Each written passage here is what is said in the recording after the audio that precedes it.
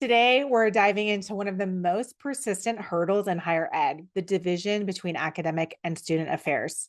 When these two divisions operate in silos, it's the student that often feels the disconnect.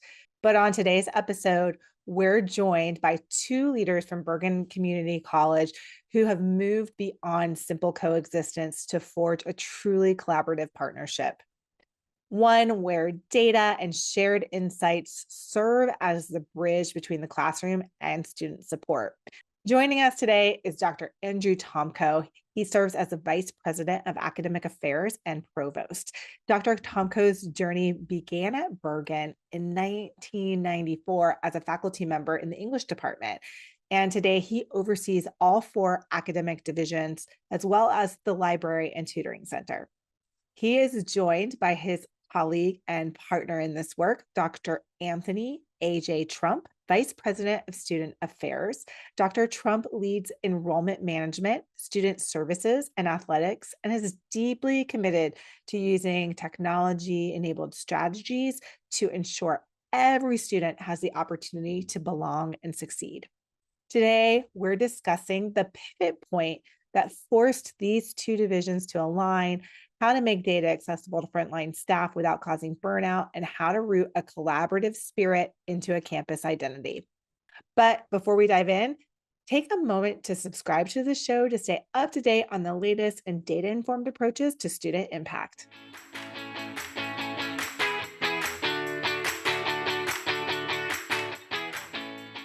AJ and Andrew, welcome to Next Practices. I'm really excited to speak with both of you today. Thank you. It's really nice to speak with you too. Thanks. Same here. So for those who might not be familiar with you, can you tell us a little about yourselves and the work you're doing at Bergen Community College to impact student success? Andrew, do you want to start? Sure. So Andrew Tomko, I'm the Vice President for Academic Affairs at Bergen Community College. I've been in this role for 2 years now, been at the college for over 30 years as a faculty member in English and a bunch of roles in academics. And my goal is really to empower a lot of change at the college. Obviously, higher ed is going through a lot of change and a lot of difficulties. And academics has traditionally sort of moved at a glacial pace, but we don't have that luxury anymore. And so there's just a lot of things we need to do to really foster a lot of student success now. We all know the challenges that we're facing in higher ed with budgets and declining enrollments and all kinds of things like that. So I'm doing my best to really empower faculty to bring new ideas, fresh ideas, look at curricula that have become stale, and really bring in new ideas to give what employers are looking for and give students the tools that they're going to need to be successful in today's workforce. And AJ? Sure. Hi, I'm AJ Trump, not related. I'm the Vice President of Student Affairs at Bergen Community College. I've been here about 4 years. I have over 20 years of experience in primarily student affairs administration. And, at Bergen, our president and our strategic plan and our community set a goal that we want to increase retention and completion rates by 1% each year over the next 5 years. And so I'm trying to be very intentional in the ways that we do that, looking at our data, looking at the things that are going to actually move the needle, maybe abandoning some of the things that we're doing that aren't moving the needle. Working very closely with Andrew because, the academic division has so many great ideas and so much opportunity. A lot of times my division implement some of those changes and is responsible for ensuring the integrity of those changes. So really educating myself in the best practices out there, looking at our data, working closely with Dr. Tomko. Another area that in my area we work very diligently on as a community college is student supports and basic needs supports. And so making sure that students have everything that they need to be successful. If you insulate a college and say, oh, it's just about the classes, you leave out so much. If a student's living out of their car, it's more than just about the classes. If a student is hungry, it's more than just about the classes. So we trying to find ways in student affairs to consistently assess and grow the ways that we support students and to meet them where they're at, and to navigate and reduce any type of hardships and discrepancies in student outcomes based on any of their backgrounds. So that's kind of what I've been doing, and working very closely with the Academic Affairs Division. I'm really excited to talk about that because a lot of times we're either talking to academic affairs or we're talking to student affairs.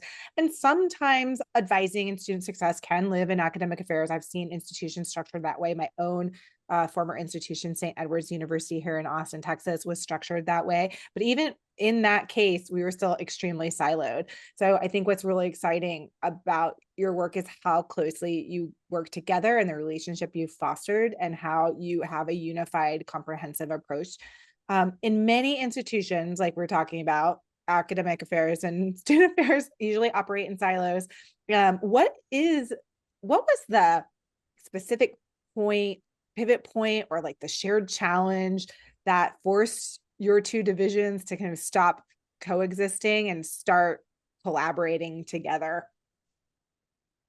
I'm going to jump in really quick and just say I've worked at a couple of institutions and I've been through a number of vice presidents and leadership changes.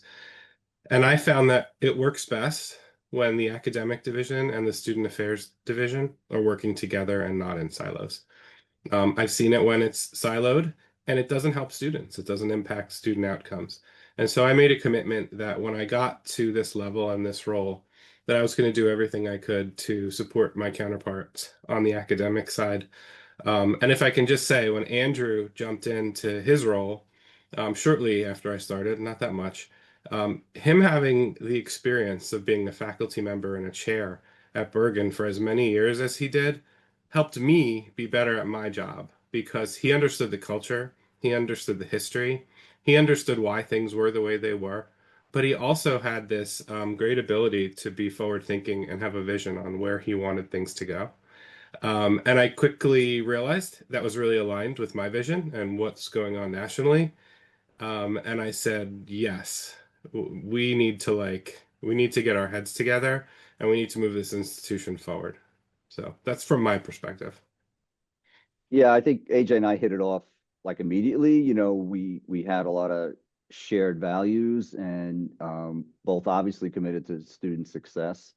And I've worked with, I lost count of how many student services VPs that I've worked with over the years. But I never had the kind of synergy that I found with AJ. And AJ really understands academics. I think that's a key point to make that I hadn't seen really in student services. He certainly gets his area. He manages those areas really well, but he could see and understand the different demands and different culture that academics had. And I think, Katie, to your point, what was the moment? I think the incident where we really started working together was in addressing the mess that was scheduling at the college. And by that, one of the first things we did was look at the scheduling grid, which is the times of the courses on. And I think similar to a lot of institutions, our course times, the grid had grown, certainly not intentionally. So for example, we had a common, 15-week schedule was the most common. But then we added a 12-week shorter term, a late start semester. Then we added 2 7-week semesters. And, of course, if you do the math, those times never line up. And I remember students coming to me and saying, I want to take this math course, but it starts 1 minute before the end of my English course. Can you give me an override? So, AJ, we sat down together and AJ just kind of quickly drew up a much more sensible grid. And we just looked at it and said, well, how come we couldn't do this for 30 years? It just made a lot more sense. And then we looked at also the way we were offering courses. And AJ was really, really helpful with providing data and helping me to present data to faculty to say, look at this. You're having these problems and we can identify the causes. And so we can sit down and address it we can come up with a much more sensible plan. We can address the fact that you don't know how many sections to offer, or you don't know, you complain when the deans cancel sections with low enrollment, but you don't have a plan to address all this. So we really approached it together as, being important for student success, but also, as part of my challenge with a culture of academics is to say, this is going to help you. This is going to give you a better schedule and help you offer your classes in a much more manageable way to students. Yeah, I'd love to unpack that. Like, how do you get buy-in? I know, especially on the faculty side, I just for you guys to know, I don't know if I shared this with you, AJ, but and everybody who's listened to this podcast before already knows, but my background's in higher ed. And I led an advising team at St. Edward's University here in Austin. And we were moving from a faculty-led advising model to a professionally led advising model. And it was extremely challenging. And a lot of the reason it was challenging is because of the infighting and the territorial nature, and faculty wanted to keep this part, and professional advising wanted to keep this part, and moving at a glacial speed, changing culture. And so in an environment where new can often feel like more work, or you're going to have like, this is how we've always done it. How do you frame that change? How do you get people to shift their mindset without causing, I mean, with I guess you can't not cause cultural friction, but minimizing it, and making sure that you don't, like, everyone doesn't quit immediately and run out. Like, what has been your lessons learned through that process? I'll jump in and say, our faculty, our staff, our teams, they are very unfiltered and honest, and they will tell us exactly how they're feeling. And somebody once told me, one of my mentors, one of the best leaders, one people I look up to, AJ, if you're not taking flak, you're not flying over the target. Sometimes you got to break a few eggs to make a nice omelet. And so I take all of that feedback and I talk it over, every time we get it with Andrew, and say, look, these are real concerns. How should we address this? Where I think it worked with us is he's incredible. He's got 30 years as a faculty member. He understands how they think, what's important to them. Some of the faculty, when we changed the schedule, came to us and said, this is like sacred. This is the most important thing to a faculty member. Some people were offended by that because they're like, student success is supposed to be the most important thing. Our president was very like, oh my goodness. But when you think about it, making sure that the schedule is good and works for students and is right is one of the biggest factors that impacts student success. If students can't complete courses in a organized, meaningful way where they're maximizing, how many they complete a semester, that impacts student success. It also impacts, probably, I'm sure, faculty's schedules and lives, but it can be both. And so, Andrew and I knew this and knew that this was like a very hot topic, and it was tough, and it took a lot. And I'll let Andrew talk a little bit, because getting the data in front of people was the aha moment. And Andrew put data in front of the faculty at the faculty senate meeting, and it made all the difference. So I'll pass it over to Andrew to kind of talk a little bit about that moment. Yeah, and the answer is it's not easy, and I was going to say it's getting easier, but I'll get back to you on that one. This is, faculty tend to be, they're really, they're very committed. They're obviously committed, but in some cases they're really attached to the way things have been done for a very long time. Tradition is an important part of a lot of faculty, so they see themselves as part of a discipline that goes back to the Middle Ages. And, there's nothing wrong with that. There's something wonderful about the historical continuity with education. But at the same time, it does take time to convince them that, those old ways aren't always the best ways. So, to AJ's point, yeah, hitting with data was really important, but it's really critical for me. And as AJ pointed out, I have credibility with faculty. I've been here 30 years. So when faculty, you know, at a faculty senate meeting or a department meeting, someone starts to say, well, you don't, dot, dot, dot. I could say, hold on a minute. I do, because I've been there. I've done your job. I've been a chair. I've been a coordinator. I've been a dean. I've had almost every academic job. I've seen it from every perspective. You know, I've struggled through difficult schedules, so I can empathize with them. And that's really, really important. But it's really important to always listen to them. You know, for the most part, they're going to have good ideas. And sometimes you have to sort through a lot of insulation. You know, building those silos took a lot of effort over the decades, and they don't want to tear them down very, very easily. But I find that really listening, I made it a point to go to department meetings, you know, to really try to have an open door policy, to stop and chat with people in the hall. And everybody knows me here. I mean, that was certainly a big thing. But the combination of really listening and understanding, and then providing the data that they couldn't refute, you know, to show them like completion rates, and to say, you know, you've got declining enrollment here, and you've got this and that. And I think what helps recently, you know, not, I mean, to capitalize on maybe potentially difficult situations, is everyone understands that the situation in higher ed is pretty dramatic right now. We've suffered cuts to grants. The budget situation is very, very challenging. So, you know, I do kind of rely on that sometimes and say, you know, what I've said repeatedly to faculty is the only way that you can put yourselves in jeopardy is by doing nothing.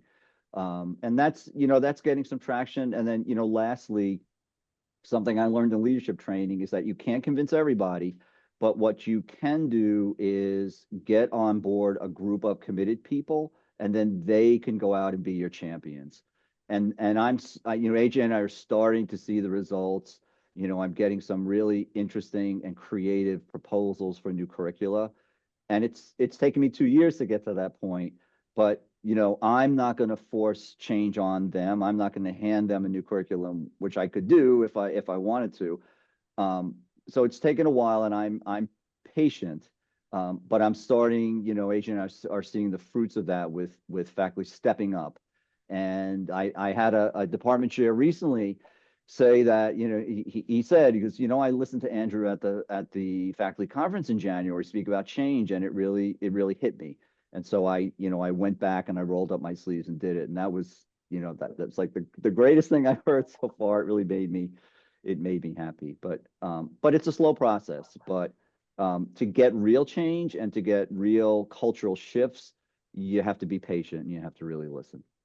Yeah. And I think that finding a coalition of the willing and leveraging them and starting to show proof points and data. I am curious to know more about the data you shared with them to help compel them to move forward. And I know oftentimes I am curious to how you frame data-driven change. I know sometimes folks can see it as like a mechanism of surveillance, and that makes them nervous, or they can feel critiqued and that can make them nervous. But I think at the end of the day, data is empowering, and because it puts you in a direction of where you can take action. That's really the power of data insights you can trust, is that it can reveal action to take to be more effective.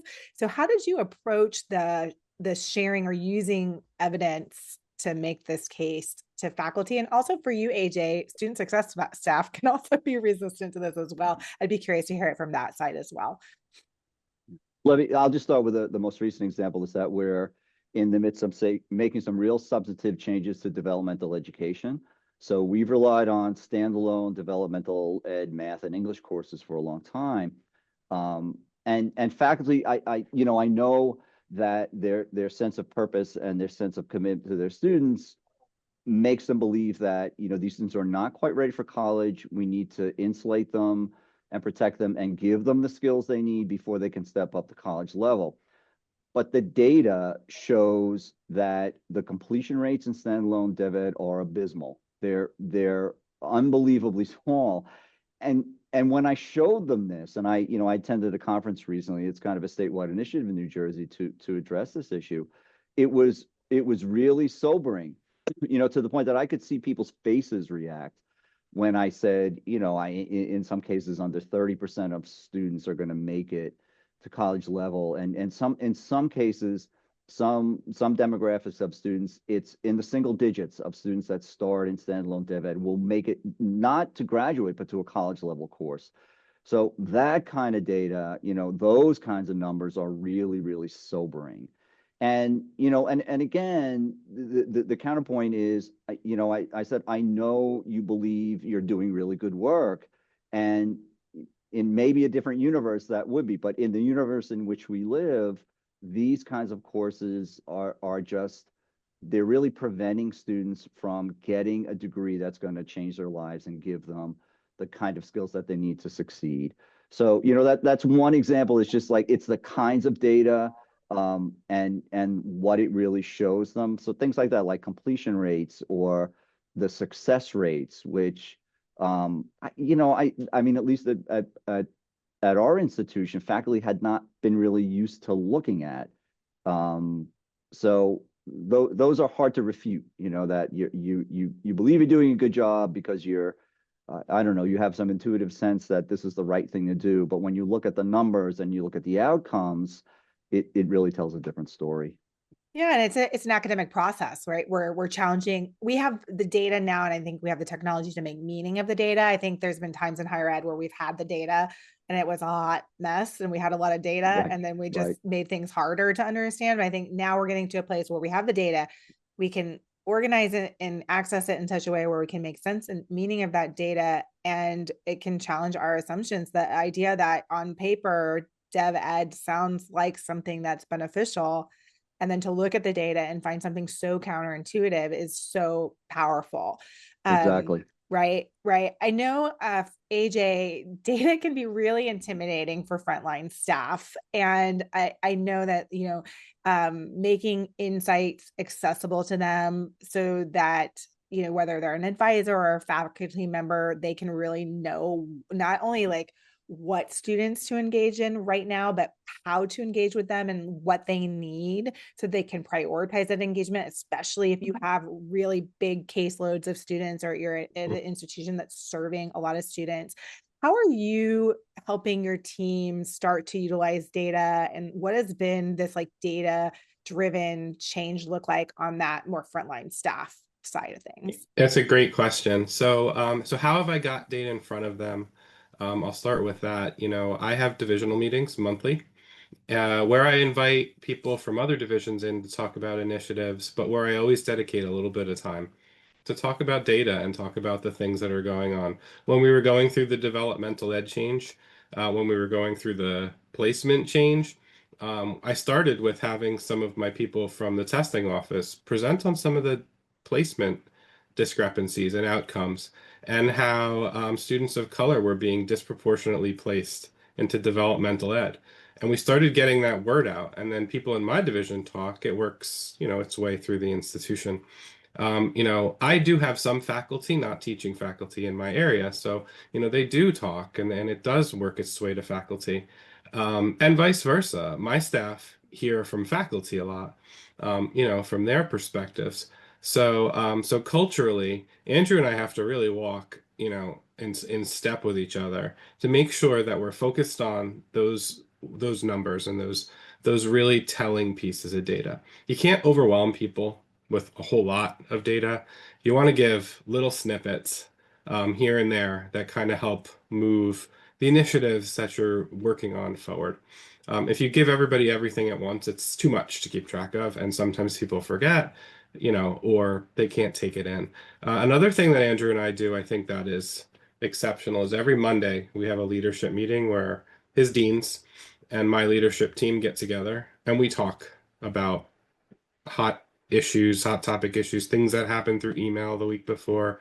And we literally use that as a working session to strategize. How are we going to fix this? What are the hot button issues? What is the data showing us? What should we do to move forward and make, continuous improvement in our processes and in what we do? So really using my platform to help feed the information out to my people. And data's tough. And people sometimes like to talk from national data. And national data says, and national data says. and I'm going to tell you, like, national data is great, and like, yep, that's great, but you really want to look at your own institution's data, because how our institution is set up is very different than how, maybe the 10 institutions that were surveyed for that national data. And so I think there's some real power in looking at your own institutional data. And that's something that I would say Andrew and I, have really put a priority on, is to really look at our data and say, well, what are our success outcomes? What are our outcomes for this?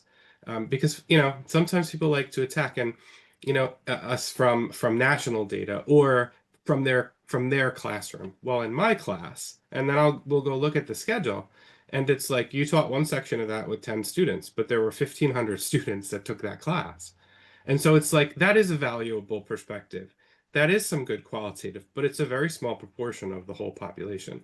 We really have to take, big picture views. So those are the kind of things we talk about, and I think that are super important when we're talking with people, and people make those big, bold statements. Andrew and I sometimes are like, I don't know if that's really a reliable statement. I don't know if that's valid.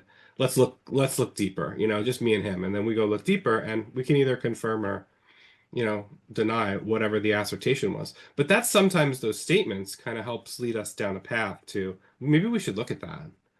Um, so it is valuable that people say those things, but it's not always, you know what I mean? It's not always the source of truth, but it's a good way for us to kind of look. But really focusing on your institutional data, I think is Yeah. key.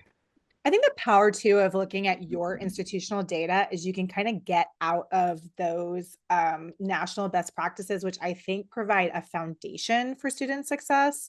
But there's just so many circumstances where people have like done that low hanging fruit. They've got all the best practices in place, and you know, you might see like some jumps initially and then they kind of stall out. Mhm. Or something like what you guys are pointing out is you have something like the dev ed, which has been a best practice for decades, Decades, yes. and you find it's not really that impactful. And in fact, it potentially, and I'm not saying this for that dev ed, but like in some cases I've seen practices that are maybe have a negative impact on student outcomes in a surprising way, or a different impact on different pockets of student Right. population, and in some case might be beneficial for one population but negative for another population. So I think when you are looking at institutional data and you're able to have like institutional based insights, it often opens up these like really creative and interesting opportunities to move the needle that you wouldn't get by looking at national best practice alone. I know that this isn't something we talked about before, but I'm curious if you can queue up, and if you can't, that's fine too. Have you found some pockets like this that were Yes. surprising and you could like make a little shift and it made a big impact? I can tell you that from the financial aid perspective, we were seeing when I started, a lot of students were approaching or getting to maximum time frame. And we do have a lot of English language learners. And so that was an impetus for us to reduce the standalone dev ed. And so now we've got in English only one standalone developmental ed course that very few students are placing into. Most students are placing into the college level with the co-requisite. That's going to support students because probably 50 to 60% of our students need financial aid, probably more if I were to actually really delve really deep into it. To attend school, they need their financial aid. And so if they're running out of aid, we're basically we're stopping their education, which is not okay. So making those strategic reductions like that, we know, and now we're gonna obviously there's gonna be a lag, right? Because it's gonna take us a year or two to see that to see the results of these changes. But I mean, we know this is gonna make some big impacts on our students' completion and persistence rates and their graduation rates. So that's one example. Yeah, and I would say, math is a stumbling block also for a lot of students. So what we found, I know some of this stuff is pretty common in other institutions, that students will wait till the last semester to take math because they're afraid of it. They'll place in something. and then they'll get to this was happening. They'll get to the last semester, but then they have, they're ready to graduate. They have to take a math course, but then it turns out you placed in developmental math. You need 2 more semesters to finish your developmental math, and then they fail it, and then we're losing them. So, we've kind of ping-ponged around this question, and for a while we were requiring students to take their math course before they completed 16 credits. And so, like intuitively, faculty are saying, all right, well, if students are waiting till the last minute to take math, we'll force them to take it earlier. But what was happening is that students were failing earlier and then getting frustrated and just leaving us earlier. So, math is I know my math colleagues will kind of go crazy about this. Math is a complicated issue, but it's kind of forcing us to address a much more fundamental issue, which is how much and what kind of math do students, and particularly non-STEM students, really need? What kind of liberal arts math do they really need? So I've had faculty tell me that, math is sort of an inherent good. They need math skills, but the truth is, what kind of skills they need to be math literate in some cases, certainly financially literate in a math sense. We want them to understand balancing a checkbook, if they're using checkbooks anymore, or not getting into, understanding that a 33% rate on your credit card is really going to be problematic when you're trying to pay off your bills. So that's the kind of stuff. So I think it's really, it's kind of a multi-stage process, right? You've got an issue, you're addressing it, you come up with an initial solution that might seem fine, but then it generates another problem, and I think that's my point is it's okay to go through that process as long as you don't continue to think that one solution is going to solve everything, and then you've got another 10 years of doing nothing. It's continuous improvement. You have to keep looking at data, and the data may change. You may see something that's surprising, and maybe it hasn't working, but we know we're going to have demographic shifts in our students. And so what's that going to mean? But the point is, it means you have to be on your toes and be nimble. And the way to do that is to be, constantly looking at data and questioning, just this kind of spirit of always questioning what you're doing, which is not a frightening thing. It's actually a really healthy thing. Yeah, I just want to jump in really quick. I'm sorry. Just to talk, there's one other thing that we just found. I think that was so exciting. But the Lumina Foundation and the movement nationally right now is micro-credentialing, right? And having students, get some credentials on their process, on their way to that degree, right? So that they leave with marks of completion. And we looked at some data from the past couple of years, students that earned certificates but never applied for them, never graduated with an associate's degree. And there was over 2,000 students that transferred or left school or left it on the table and never applied for a credential or a certificate. So Andrew, myself, and that team of academic and student affairs administrators sat down and said, look, we got to wrap our heads around this. We have stackable credentials. We have things, obviously we can grow and we can create more and credentials of value and things like that. And, we can innovate, but we have things that exist that students aren't aware of. And, with gainful employment, with the way the government is looking at things and looking at completion rates, we're funded in New Jersey on a funding formula based on completion rates. Those students that leave us that may have earned a certificate but just didn't apply for it, that's not helping our completion rates where those students are completers. And so we're talking about how we are going to find ways to get those students that have earned credentials and certificates and things that are in our curriculum, those credentials while they're on their way to their associate's degree. And so that's like an exciting thing. So that's one way. Another way we've been able to use data to say, hey, this is coming nationally. Look, we already have over 2,000 of these just in the past few years. We need to get on this bandwagon and come up with a process that we do this for all of our students. It'll raise our completion rates. It'll raise our graduation rates. And it'll help us with the funding formulas and when gainful employment reports come out. Because, as everybody knows, community colleges are everything to everyone. And so, I went to a community college after I graduated and took a class just to brush up in programming because I enjoyed that, but I took one class. And so to them, they look at that and they're like, well, what happened there? Is that a failure? No, that's not a failure. That's somebody that used the institution to professionally grow and develop and practice something. We have to be able to find ways to show our value. And so, these credentials on the pathway, a lot of students are like, I'm only going to stay for 2 years and then transfer. If they earned a certificate along the way, let's award it to them. Mhm. So trying to find ways to really show that and get that info out there. And then that encourages students to persist, when they see that they're making progress.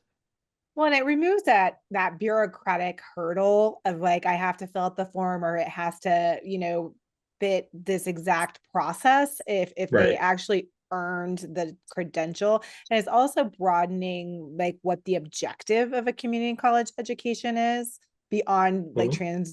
transferring to a four-year Hmm. institution, which I think is sometimes a way it's historically been viewed, but it's a very narrow view of what a community college's function in a society or community is. Yeah. Yeah, it's probably about a little over half of our students intend to transfer. I would say the rest are in workforce or, they end up getting a job, after. Or they do, some of them do, some of them don't intend to transfer and then they end up transferring. They realize they can do it and they gain confidence. Yeah, there's a lot of faculty that have traditionally believed that transfer is the be all and end all of a community college, and they've kind of tailored their teaching. And I come from English, and I would hear people say, "Well, I'm preparing my students for advanced study," and the truth is there aren't probably that many of your students that are going to go on to advanced study, and the initial reaction I think was people felt it was diminishing their role as a person in higher ed, but I'm constantly trying to change the narrative. And so I said to them, I said, well, you're teaching you're teaching a sociology class, and it may seem sad to you that your student's not going to go on to be a social major in a four-year school and get a master's in sociology or an MSW. So, but if you think about it another way, this might be the only sociology class a student ever takes. So that's an opportunity for you, and also think of how significant your course could be if it's the only course in this area that a student takes. I mean, you have a kind of a profound duty to, if you're talking about carrying on a tradition of being in a long line of sociologists, then this is your shot. This is a shot to really impart to these students the value of your discipline on them, and that got some traction. So it's a question of really helping everyone understand all, how they are a piece of this large bureaucracy that we're part of, and this large machinery that is designed to help students succeed as best as they can. The workforce, for me, the workforce discussion was challenging at first because there certain faculty and certain disciplines that don't want to hear it, and they think that they're teaching students the life of the mind and all of this. But we've recently seen in the past years kind of a resurgence on the focus on the value of the humanities, and they used to be called soft skills, which is a terrible term, but now we're certainly in New Jersey, I think nationwide, we're rebranding them as essential skills, essential learning. That employers are looking for the things that the liberal arts teach. So again, it's like we can use the data, we can use the workforce information stuff from labor employers, and it actually strengthens the value of these core courses and the things you're doing in your class. You don't have to change what you're doing, but what we're trying to do is help students understand that, and to AJ's point, with micro credentials sometimes and certificates and badges, these kind of new ways of talking about completion, that these are ways of students giving them the vocabulary to say, I learned something really valuable in my course, and it's going to make me a much more valuable employee and be much more marketable. Yeah. This is like a big existential question, but I think what you guys are doing is really empowering and really inspiring. And so I'm going to ask it, if you both move on to other opportunities in 3 years from now, what is one shift you hope is deeply rooted in your campus's identity? That is a great question. Um, my hope is that I have done the work um, with my team, that the silos are broken for good, and that with or without me, my team understands that they cannot work in a silo anymore. The work that they do impacts and is important to the work that their colleagues do in another department and their colleagues do in another division, and impacts the whole college as a whole. So that I think would be one of the things I think that I would really like to see. And the other thing would be that people are really using data to drive change and not using exceptions to drive change. That when they see an exception, they look deeper before they go and react with making a big change. So I would say those two things. I cheated and picked two instead of the one. We'll allow Thank it. you. I'll keep it at one. I think I'd like my legacy to be that academics becomes a place that's known to be dynamic and change friendly and change ready. That the next person does not have to come in and get people to move and get people to change. That system will be in motion, that people will be constantly questioning and constantly ready to refresh and looking at data and using data to update all the time without having a guy like me to come in and say, you need to do this. It really is the power of, I mean, what you're saying is we've got to move from this sort of old-fashioned higher ed model where we're kind of an institution. It's like, this is how it works, Right. to one that Right. is more nimble and dynamic and collaborative and can be more responsive, quite frankly, to our Definitely. rapidly evolving world. Absolutely. Yeah.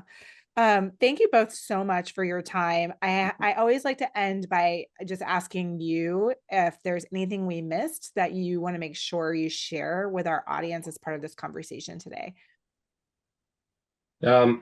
I'll just throw in there that the relationship between academic and student affairs is one of the most impactful relationships on a campus when it comes to enrollment, retention, support of students, and student success. And if you don't have great relationships and you're in student affairs with your academic counterparts, I encourage you, learn about the academic side of the house. Learn about the processes, the procedures, learn about the history and the culture. Teach a class if you're able to. Talk to faculty members. Really try to understand the inner workings, because that's going to make you a better student affairs practitioner. When we only look at things from our perspective, sometimes we miss a whole lot that's outside of our view that can be impactful. And when you know about how other people function and their priorities, you can have a bigger impact on the institution. So that's something I would encourage people. Yeah, I'll echo that too. I think a great exercise is to get your academics and your student services people to meet in small groups and to work in committees, and even just to meet, as we meet, just to meet once a month, even have a brown bag lunch and just share ideas. That like communication and getting people to see beyond their own jobs. AJ's point, having student services people teach, having academic people do more advising, having them put in some time in maybe just shadowing a financial aid worker to see just how much stress it puts on students to really have to pay and all the hoops they have to go through. Really, I think, it's getting that perspective that just moves outside your own world. That's extremely, extremely valuable. Well, this has been a really lovely conversation. It's a pleasure talking with both of you. Thank you so much for coming on the podcast.